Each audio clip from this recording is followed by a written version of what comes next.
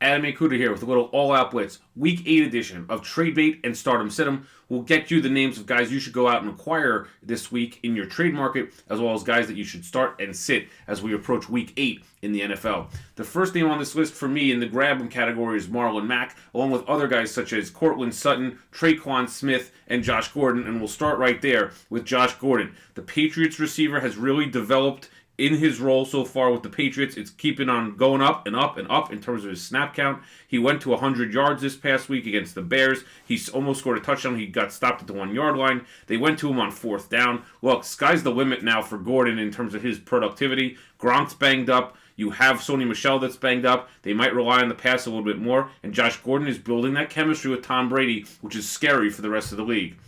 Then you got Marlon Mack, who erupted this week for over 150 yards, rushing and a couple scores. He's clearly the main back for the Colts. I think moving forward, you'll see him get a lot more of the target share as well. Nyheim Hines has kind of taken a back seat in that regard for the Colts. The Colts have played pretty well here, and I expect Mack to have a continuous role here and a big role moving forward, especially for you in the playoffs. He's a very solid running back too, or flex play. Then you got Jordy Nelson. The trade of Amari Cooper to the Cowboys really opens targets up for both Nelson and Jared Cook. Nelson still has been productive this season, scored a handful of touchdowns for the Raiders. Expect Cooper, who is getting 6 targets a game, for those targets to go Nelson's way, and Cook, especially in the red zone where he's a big play waiting to happen, just as here against Miami a few weeks back. So Jordy Nelson is certainly someone I would grab as a wide receiver 3 in all formats. Then some guys to trade. Especially on the top of this list are some hurt running backs that you're expecting to come back, including Dalvin Cook and Matt Breida, as well as underperforming David Johnson and Doug Baldwin. But let's start with Baldwin. He's the clear number 1 weapon in Seattle for Russell Wilson. However, with the offense pretty stagnant, he hasn't had many big games this season. People might potentially pay for the name and expect a second half breakout, but to me, Baldwin's a perfect opportunity to see if you can improve somewhere else and hopefully get someone to buy on that big name. Then you have Dalvin Cook, who we're still waiting on coming back from the injury. Latavius Murray has played extremely well. Maybe the Vikings decide to rest Dalvin Cook a few more weeks to hopefully get him healthy for the playoffs. But if he's going to be someone you trust, good luck to you. He's been banged up all season. We have no clear indication of when he's going to come back. Again, if he's someone you could move for an upgrade in another position, do it. Now let's dive into some guys you'd like to start this week, and on top of that list is Browns tight end David Njoku. He scored again last week against the Bucs. He gets another great matchup against the Steelers this week. He's a tremendous red zone weapon, as we see here against the Bucs.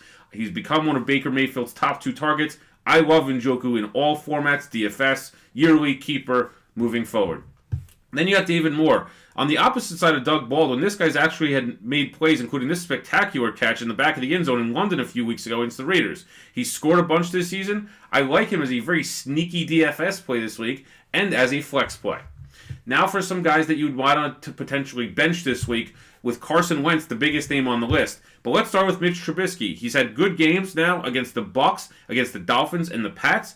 Something tells me he's in for a little bit of a regression this week against the Jets. So to me, I would bench him moving forward, especially this week. Then you got Carson Wentz, and he had a great game against the Giants where he threw a handful of scores, then struggled against the Panthers. He's had a very tough matchup with the Jaguars defense that is due for a bounce-back performance. In this game's in London, so there's no familiarity but with Wentz and the Eagles overseas. So for me, it's just a very risky spot to play Wentz this week.